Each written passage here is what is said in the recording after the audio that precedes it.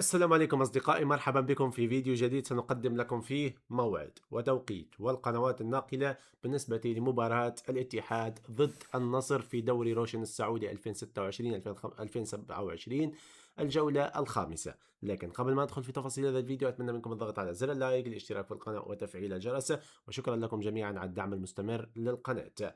هذه المباراة ستلعب بتاريخ يوم السبت 5 من شهر سبتمبر 2026، وتنطلق هذه المباراة في تمام الساعة 9 مساء بتوقيت السعودية والعراق، 8 مساء بتوقيت مصر، والساعة 7 مساء بتوقيت تونس والجزائر والمغرب.